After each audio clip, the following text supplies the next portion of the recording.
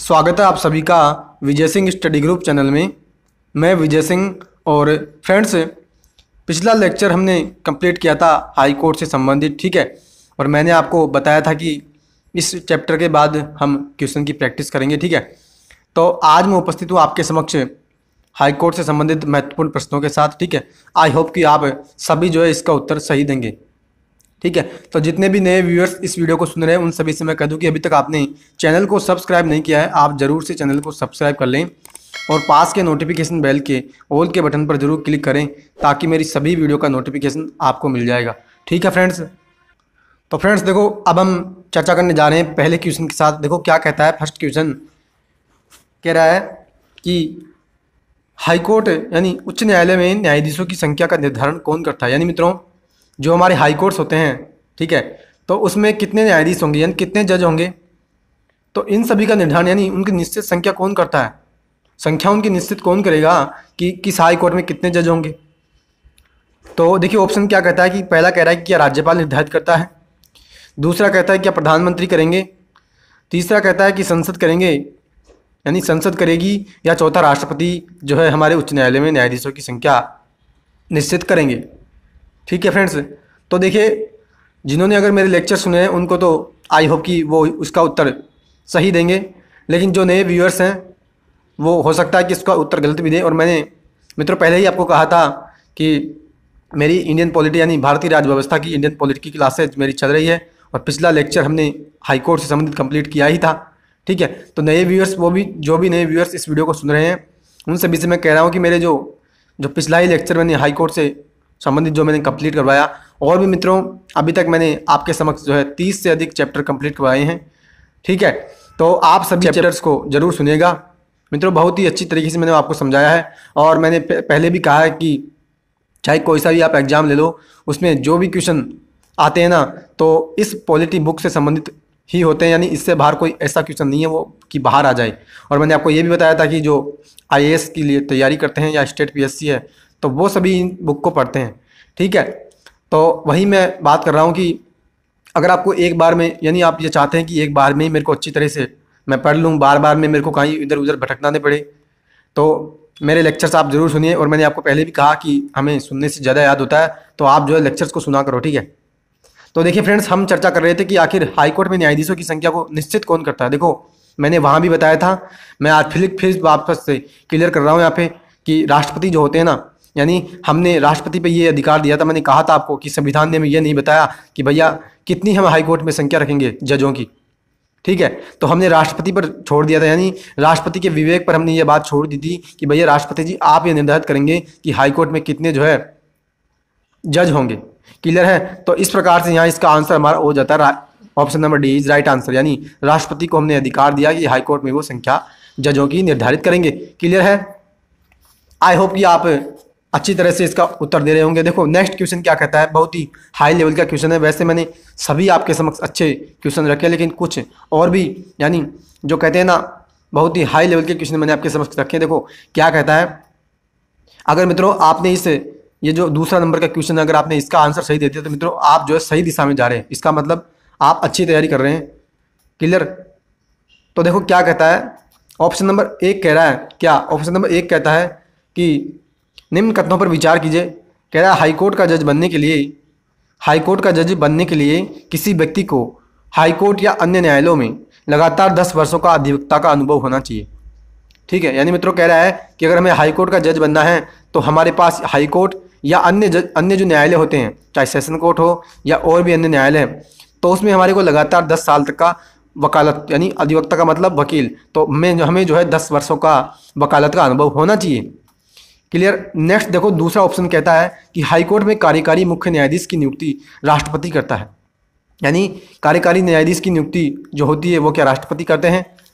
Next कहता है संविधान ने न्यायाधीशों को हटाने की प्रक्रिया का उल्लेख नहीं किया, यानी क्या संविधान ने न्यायाधीशों को हटाने की प्रक्रिया का उल्लेख नहीं किया है, क्लियर। और नेक्स्ट ऑप्शन कहता है कि एक हाईकोर्ट के जज का 65 वर्ष तक का कार्यकाल होता है, यानी हाईकोर्ट का जो जज होता है वो 65 वर्ष तक हाईकोर्ट में अपनी सेवाएं देता है, ठीक है। अब देखो ये कह रहा है कि उपरोक्त में से कौन से कथन सही है, यानी इनमें से हमें सही कथन ढूंढना है, ठीक है।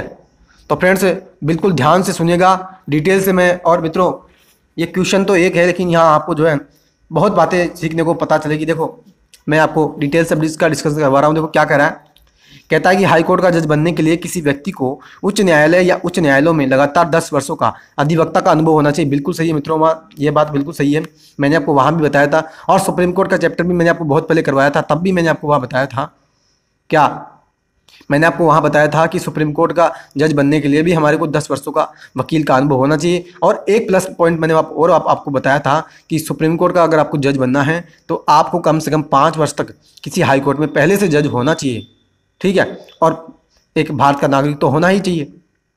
क्लियर है। लेकिन यहाँ पे मैंने आपको क्या बात बताई, जब मैंने आपको चैप्टर कंप्लीट करवाया, मैंने बताया कि 10 वर्षों का आपको अधिवक्ता का अनुभव होना चाहिए और 10 वर्षों का आपको जो है न्यायिक कार्य में अनुभव होना चाहिए और आपको जो है भारत का नागरिक होना ही चाहिए, ठीक है। ये मैंने आपको बातें बताई। तो इसके अनुसार अगर अपन देखें तो ऑप्शन नंबर 1 जो है हमारा यहाँ सही होता है, ठीक है।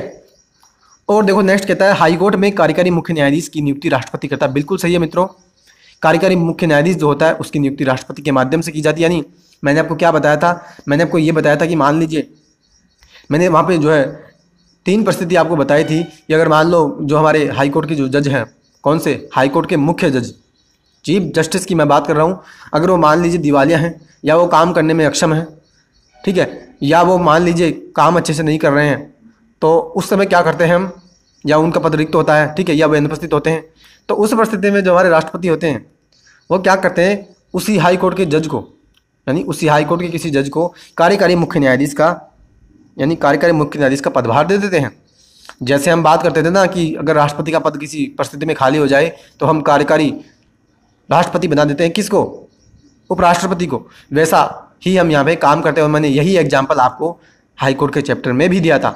अगर जो यानी जिन व्यूअर्स ने वो मेरा लेक्चर सुना है तो उनको अच्छी प्रकार से याद होगा कि यही एग्जाम्पल मैंने वहाँ भी दिया था, ठीक है। तो इस प्रकार से हमारा सेकंड ऑप्शन भी सही हो जाता है। क्लियर। नेक्स्ट देखो क्या कहता है, संविधान ने न्यायाधीशों को हटाने की प्रक्रिया का उल्लेख नहीं किया है।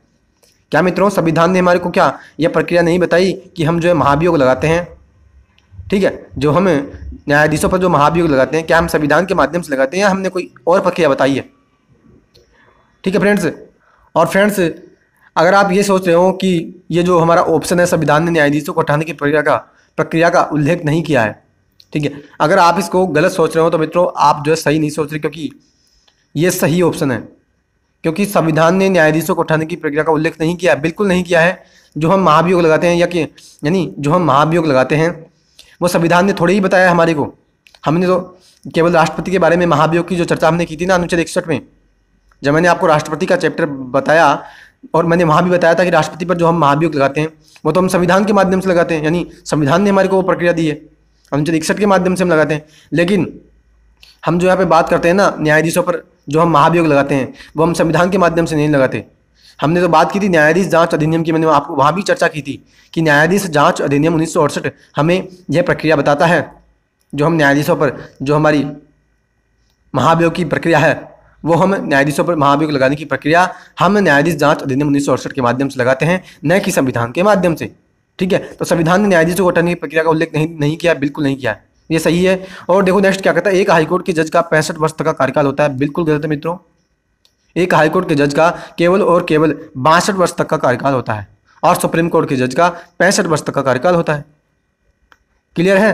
तो इस प्रकार से मित्रों यहाँ पे कितने ऑप्शन हमारे सही हुए, देखिए ऑप्शन नंबर 1 सही, ऑप्शन नंबर 2 सही और ऑप्शन नंबर 3 सही, यानी हमें सही कथन ढूंढना है। तो इस प्रकार से हमारे यहाँ पे जो है 1,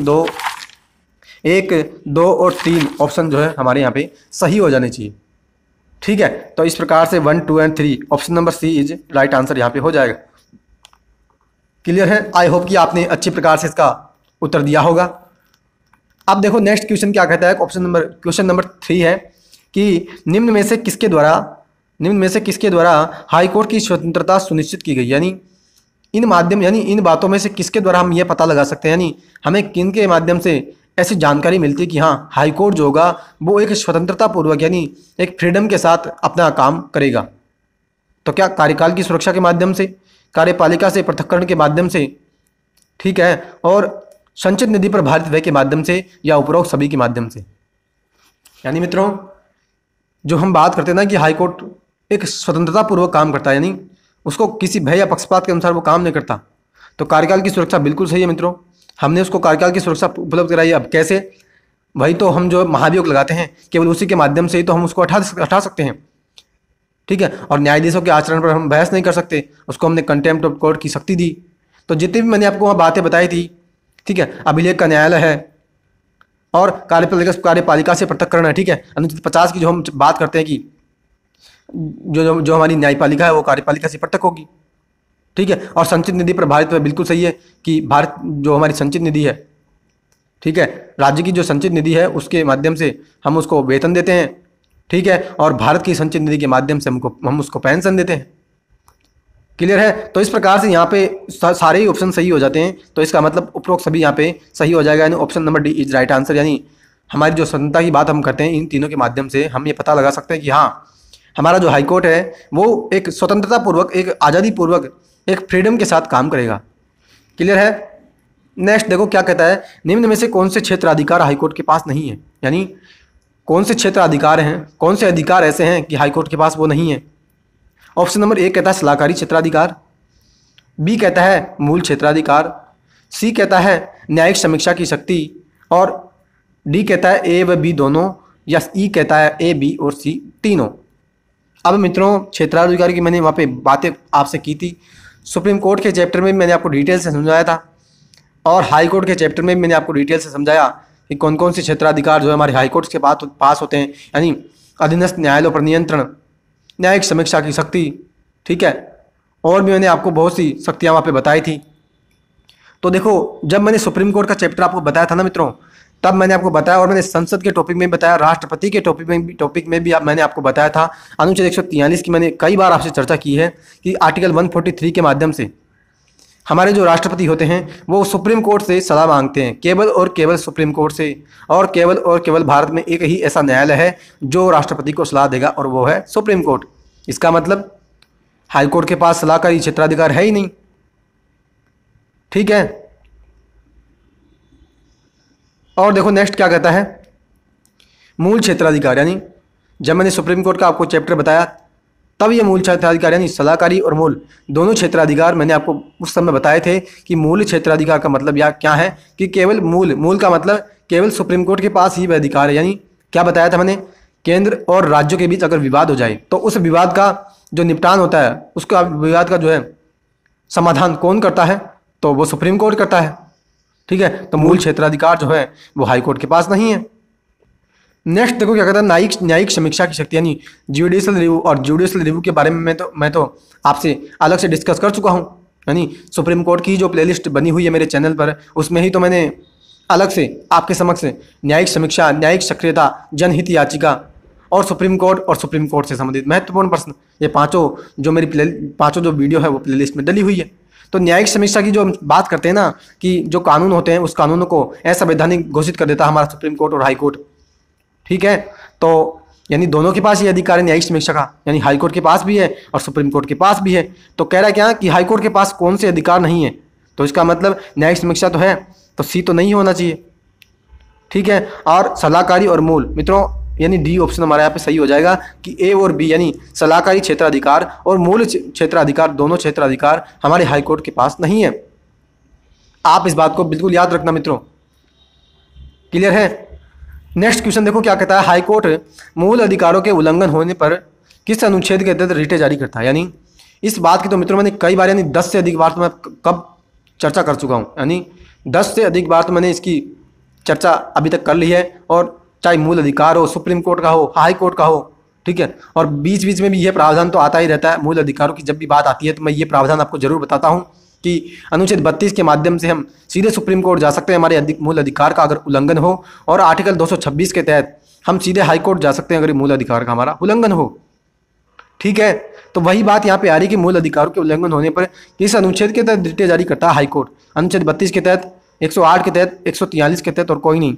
अब मित्रों अभी तो मैंने आपको, अगर ध्यान से आपने सुना है ना, तो इसका उत्तर मैंने अभी आपको दिया है कि हाई कोर्ट जो होता है वह कौन से अनुच्छेद के तहत रिटें जारी करता है। 32 के तहत बिल्कुल गलत, सुप्रीम कोर्ट करता है। 108 के तहत गलत है, हम संसद की दोनों सदनों की संयुक्त बैठक लाते हैं।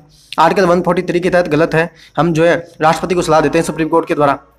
अभी अभी तो मैंने आपको चर्चा की थी कि केवल राष्ट्रपति के पास, यानी केवल सुप्रीम कोर्ट के पास ये अधिकार है कि वो राष्ट्रपति को सलाह देंगे आर्टिकल 143 के तहत।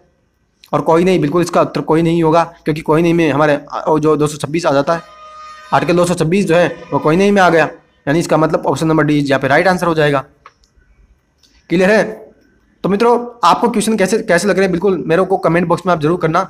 और मित्रों, अगर आपकी तैयारी अच्छी नहीं है तो मैं बार बार कह रहा हूँ, मेरे लेक्चर्स मैंने पहले डाल दिए थे हाईकोर्ट से संबंधित, और अगर आप में से जो भी व्यूअर्स हैं चाहे उन्होंने ना भी देखा ना, तो मित्रों एक बार जरूर जाकर के देखना।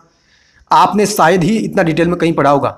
यानी अगर आप यूपीएससी के विद्यार्थी हैं, आईएएस की अगर तैयारी कर रहे हैं या स्टेट पीएससी की तैयारी कर रहे हैं, तब तो बेशक आपने पढ़ा होगा। लेकिन अगर आप किसी अन्य एग्जाम्स की तैयारी कर रहे हैं जो हमारे स्टेट लेवल के एग्जाम होते हैं, तो मित्रों मैं आपको विश्वास दिलाता हूँ 99% के साथ मैं ये कह सकता हूँ कि आपने इतना डिटेल में नहीं पढ़ा होगा।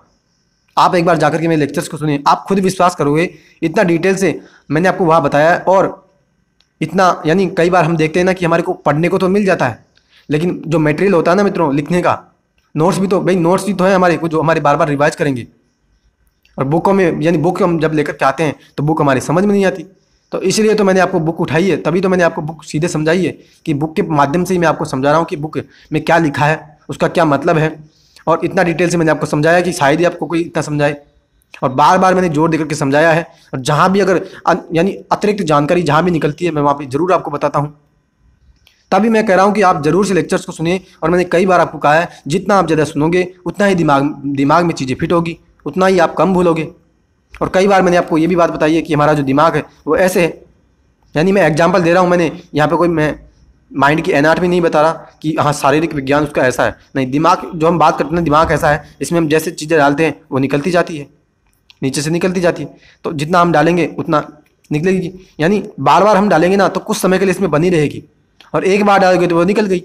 यानी अगर मान लीजिए आपने इसमें 50 बार डाला तो हो सकता है कि यहाँ से 20 बार ही निकले, ठीक है। 30 बार तो यहाँ पे आपके डली हुई है। और मैंने आपको कई बार बताया है, मेरी ही खुद की चर्चा की है कि मैंने इस बुक को जो है, यानी जो कंप्लीट लक्ष्मीकांत की जो मेरी सीरीज चल रही है, तो उस बुक को मैंने कम से कम 30 बार पढ़ा है, ठीक है। और कम से कम बताया मैंने आपको ये तो, ठीक है।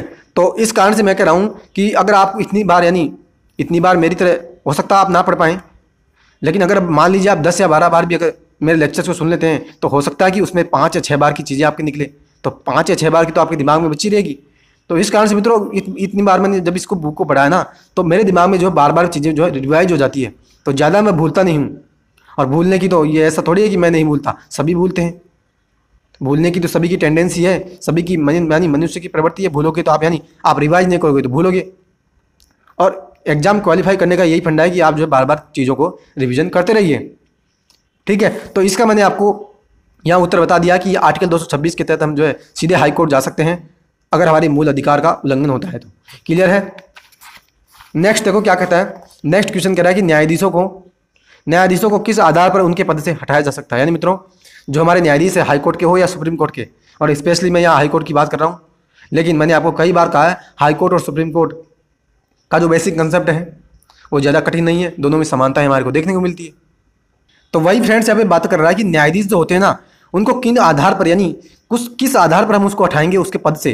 क्या संविधान का उल्लंघन उसने अगर कर दिया तो हटाएंगे उसको, या सिद्ध कदाचार या अक्षमता के आधार पर हटाएंगे, या संवैधानिक तंत्र की विफलता के आधार पर हटाएंगे, या इन सभी के माध्यम से हम उसको हटा सकते हैं।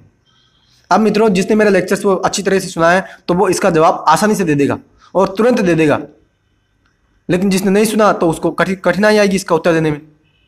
अब देखो मैं इसका आंसर आपको आसान शब्दों में बताऊंगा और बेसिक कंसेप्ट के साथ भी बताऊंगा। देखो किस आधार पर हम हटाते हैं, तो मैंने सुप्रीम कोर्ट और हाई कोर्ट दोनों में ये बात बताई थी कि हम उसको हटाते हैं किसके आधार पर, सिद्ध कदाचार या अक्षमता के आधार पर। यानी कदाचार उसने किया, आचरण उसका सही नहीं है, वो अक्षम है काम करने में, सुप्रीम कोर्ट का काम करने में वो अक्षम है, और संविधान का उल्लंघन गलत है, संवैधानिक तंत्र की विफलता ये तो बिल्कुल ही गलत है, क्योंकि इसके आधार पर तो जो हम आर्टिकल 356 के तहत राष्ट्रपति शासन लगाते हैं।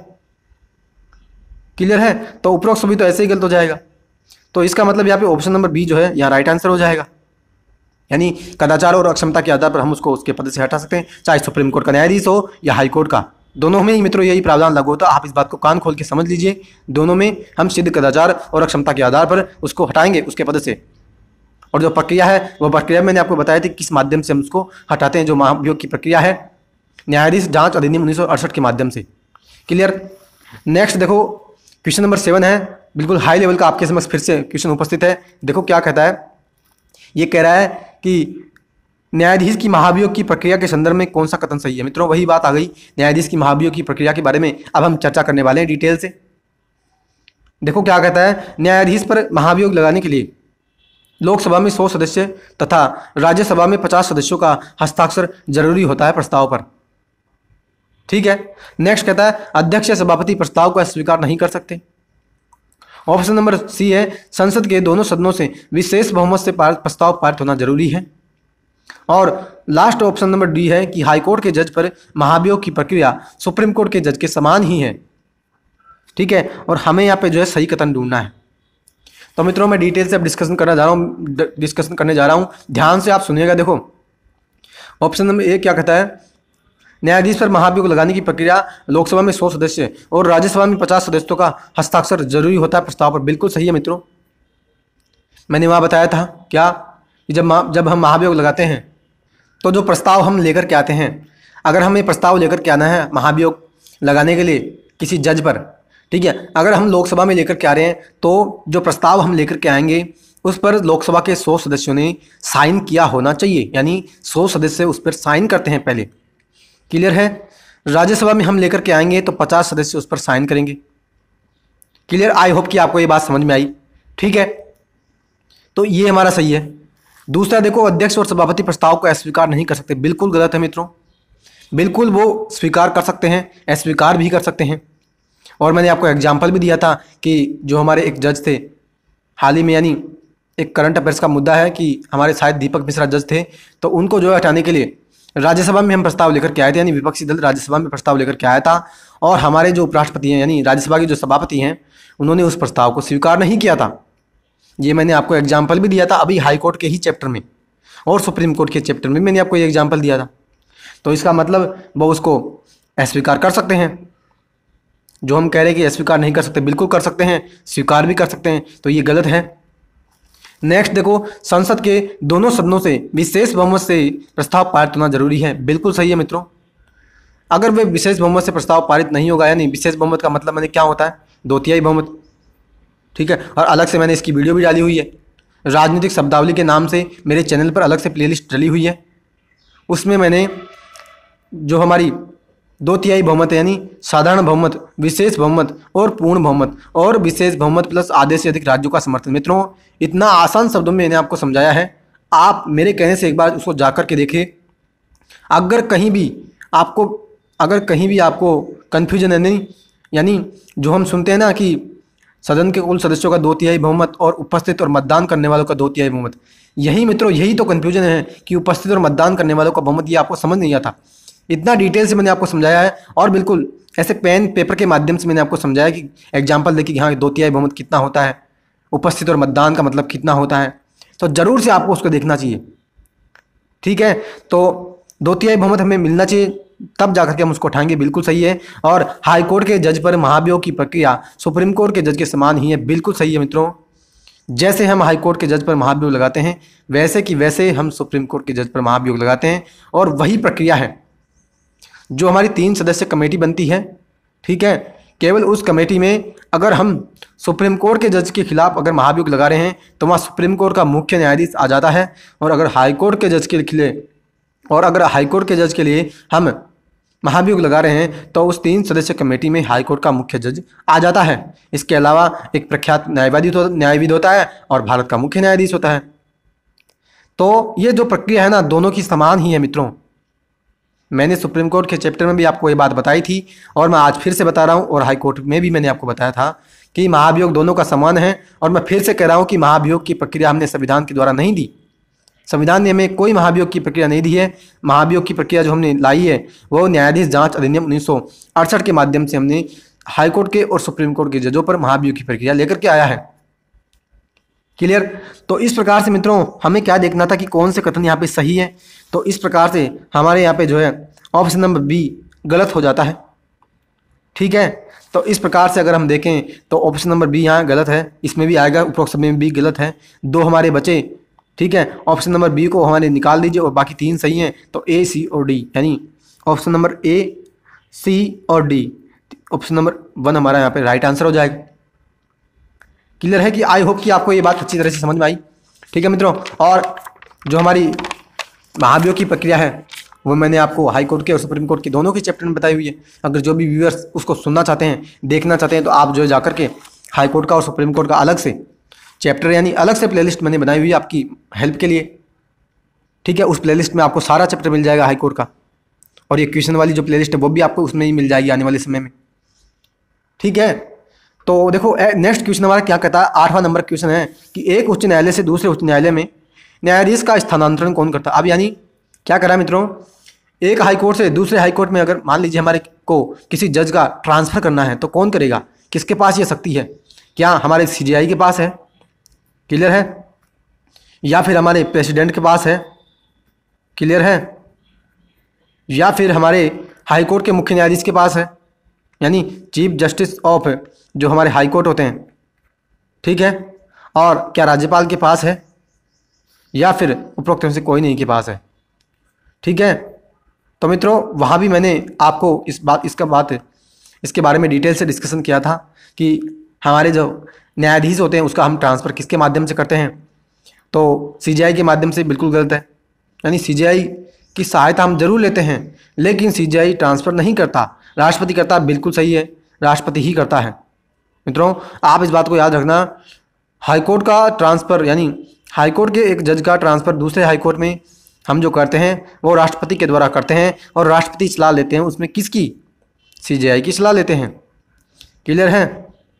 और मैंने आपको ये बात भी बताई थी वहाँ पे क्या कि अगर हमें एक हाई कोर्ट से दूसरे हाई कोर्ट में किसी जज का ट्रांसफ़र हम कर रहे हैं तो वो पनिशमेंट पोस्टिंग नहीं होनी चाहिए, यानी वो दंड के स्वरूप नहीं होनी चाहिए कि हाँ हमने दंड स्वरूप उसको किसी दूसरे स्थान पर भेजा है। मैंने आपको ये बात बताई थी वहाँ पे भी, कब? हाई कोर्ट के चैप्टर में। और मैंने ये बात बोली थी कि एक लोक कल्याण को देखते हुए हम जो है उसका ट्रांसफ़र करेंगे।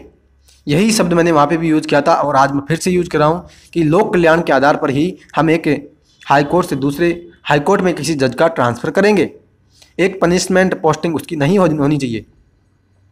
क्लियर? तो इसके यानी इस प्रकार से हमारा जो इसका आंसर जो होगा वो हो जाएगा option number B is right answer, यानी राष्ट्रपति उसका ट्रांसफ़र करेंगे। क्लियर? आई होप कि आपको अच्छी तरीके से समझ में आ रहा है। आप देखो नेक्स्ट क्वेश्चन क्या कहता है कि हाई कोर्ट के न्यायाधीश का वेतन भत्ते सुविधाएं कौन निर्धारित करता है।